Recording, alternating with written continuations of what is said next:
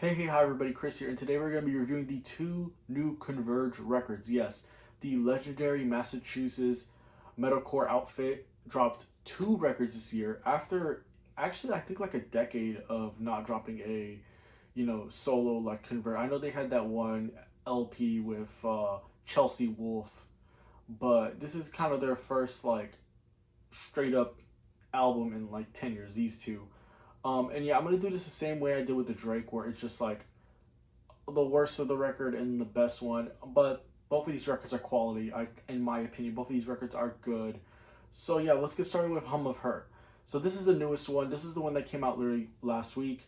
And I feel like this is the band going in more of a not, I wouldn't say relaxed, or I wouldn't say, but they're definitely not as in your face and noisy. A lot of the noise layers on most Converge records are not really here on this one, especially on like the opening track, "Slip the Noose," which yeah does not have those noisy layers, but it still goes absolutely fucking hard. The intensity does not stop because they decided to be a little less noisy. And I also love the refrains of "Slip the Noose" on the second half of the track. It only gets worse. Has some great abrasive guitars and pounding drums. Detonator. I love the refrains of "Detonator" on this track. This is actually one of my favorite songs on here. Um yeah, this is easily one of my favorite songs on here. I actually love those refrains. They're so fucking fire. Um I Won't Let You Go has these very tinny guitars in the beginning that I just absolutely adore. Huge bass and intense instrumentals. It's a part where Jacob Bannon literally just like begging, be to make sure that this person does not let them go. And it is a very peak part of the record. Um, Now we have "It's Not Up to Us," which is another personal favorite of mine on here. The guitars on this one kind of remind me of like this comparison is probably gonna make me look like a shitty person, but it reminds me of something that Daughters would have done on like "You Won't Get What You Want." Obviously, like the vocals are different and the rest of the instrumentals are different, but that just guitar line on here does remind me of like something from Daughters. We also have hooking, like very hooky bass that will like literally draw you in, and very tense drumming on here. And I will admit, the first half of this album is full of bangers, and even with Converge kind of like subduing their sound, it doesn't subtract from the intensity. But I feel like the second half of this record, that's the kind of the issue. None of these songs sound bad. There's no bad sounding songs. There's no straight up awful song on here. Like they're okay to good, but to me, even the good parts of some of these songs, like overall, these songs are very directionless. They don't really do much. They don't stick in my head. They don't stand out. Like this is my problem with like the title track and just any track, like the last four tracks especially. I don't really like get much. They all sound good and they all have good instrumentals. I just feels like the lack of intensity makes them go absolutely nowhere. But I still think overall this is a good album, and I feel like this is, you know, even if it's not the best Converge record that came out this year, even if it's not one of the best Converge records, I still think it's one worth checking out. I would probably give it like a decent 7.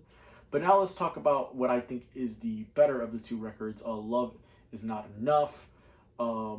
This to me screams as one of Converge's most personal and vulnerable records, and it also has great political and social commentary on here too on a few songs. But let's get started with the intro track, "Love Is Not Enough," with its throbbing riffs, these clear vocals, which very well contrast from the heavy hook on this song. "Distract and Divide," which is like I mentioned with the social commentary. It's great social commentary talking about how technology kind of like divides people socially with issues, because that's a thing that happens. Whether we're debating about shit that doesn't matter, because it's just to me it's like addressing the technology and the bourgeoisie who will literally just try to make shit up to divide us, which is one of the most effective modes of propaganda in our country and just in the world in general. So I like when artists address stuff like this. Now we have Amen Arc. I don't know how to pronounce this song that well. It's a slow moment on the record, and I feel like I do like the contrast it makes to the record, but kind of like the similar issues I have with the songs on the last record I talked about. It doesn't do much for me, but I mean, it still does a great contrasted record. It's just the only song that I'm not really like feeling as much.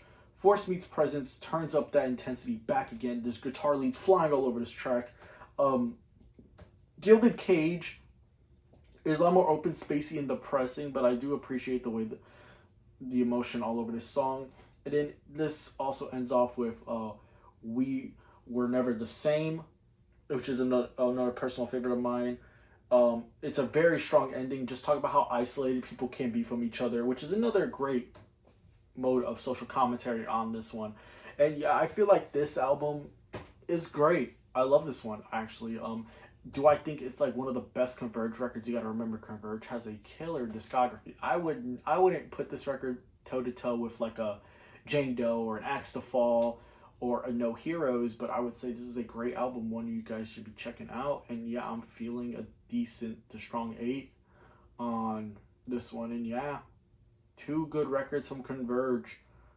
2 good records from Converge, one of the best bands in metalcore. And yeah, check them both out. They're pretty good to great. And yeah, that's it for this review. I might be taking a little bit of a break from reviews for the next few days because this is going up on June 11th, like early in the morning, probably around like 1 a.m. And my birthday is tomorrow, if that is the case. My birthday is June 12th. So I will be busy all weekend. I will try to crank out reviews for the Kurt Vile and the the Vince Staples and a few other records that I've been meaning to talk about. But I'll try to crank out those reviews. But for now, if I'm a little slow on reviews or if I don't get reviews out in the next few days, it's because it's my birthday weekend. I feel like I deserve a break a little bit. I've been recording like reviews either every day or multiple times a day just to upload them later. And yeah, that'll be all. See y'all in the next review, or we'll see what else I can do on this channel. All right.